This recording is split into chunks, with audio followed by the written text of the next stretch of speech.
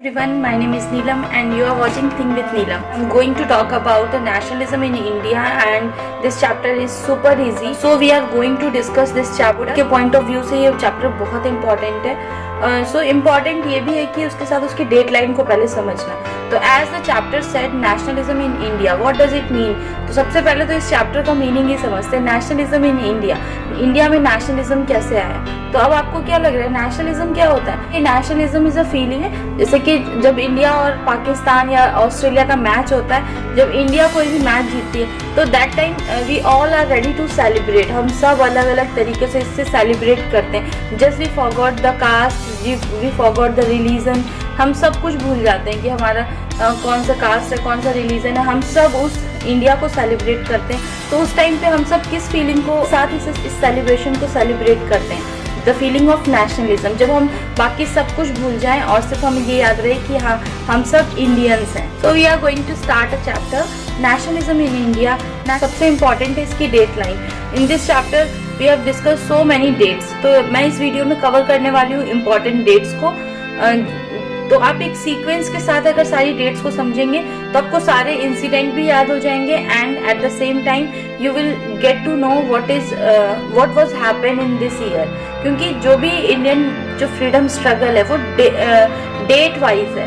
ऐसा नहीं है कि आप पहले सिविल डिसोबीडियंस को समझ लें फिर उसके बाद नॉन कॉपरेशन मूवमेंट को, तो आप कहीं ना कहीं कंफ्यूज रहते हैं. उसके पीछे का सिर्फ रीजन ही यही है क्योंकि आपको ये नहीं समझ में आता कि उसकी सीक्वेंस है.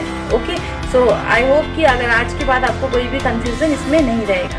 Started, I want to subscribe this channel and share with your friends if you found this video helpful. The first important date is First World War. तो 1914 to 1918.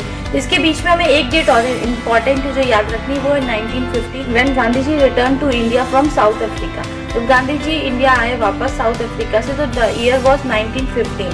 9 जनवरी को आए थे. That day we celebrate NRI day.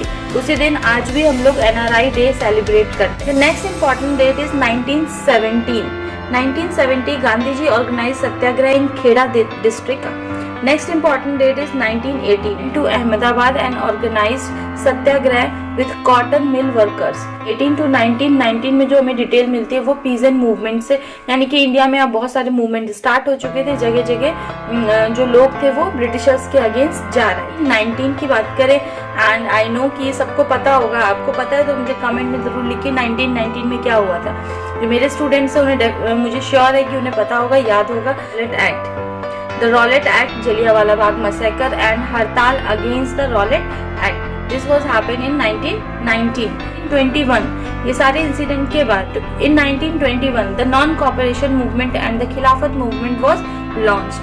In 1922 Chauri Chaura incident and the withdrawal of the non cooperation movement. हम सबको पता है गांधी जी ने Chauri Chaura incident के बाद नॉन कॉपरेशन मूवमेंट को विड्रॉल कर लिया था, यानी कि उसे कॉल ऑफ कर लिया था. Date is 1928 when Simon Commission came to India and India ने उसको वापस किया. 1929 Lahore Congress session where they demanded पूर्ण स्वराज, पूरा स्वराज चाहिए. ठीक है.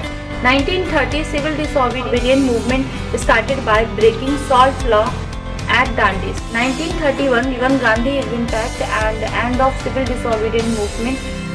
Pune Pact was signed. In 1934 civil disobedience movement lost the momentum and again called off. उसके बाद में भी हुआ था क्विट इंडिया मूवमेंट स्टार्ट हुआ. उसके बारे में हम डिस्कस करेंगे. तो आज हमने जो डेडलाइन पढ़ी है वो 1914 से लेकर के 1934 तक के सारे ईयर्स का हिसाब है आपके पास. तो again revise it. Before you move to the another video, we will discuss the question, important short questions of this chapter. So till that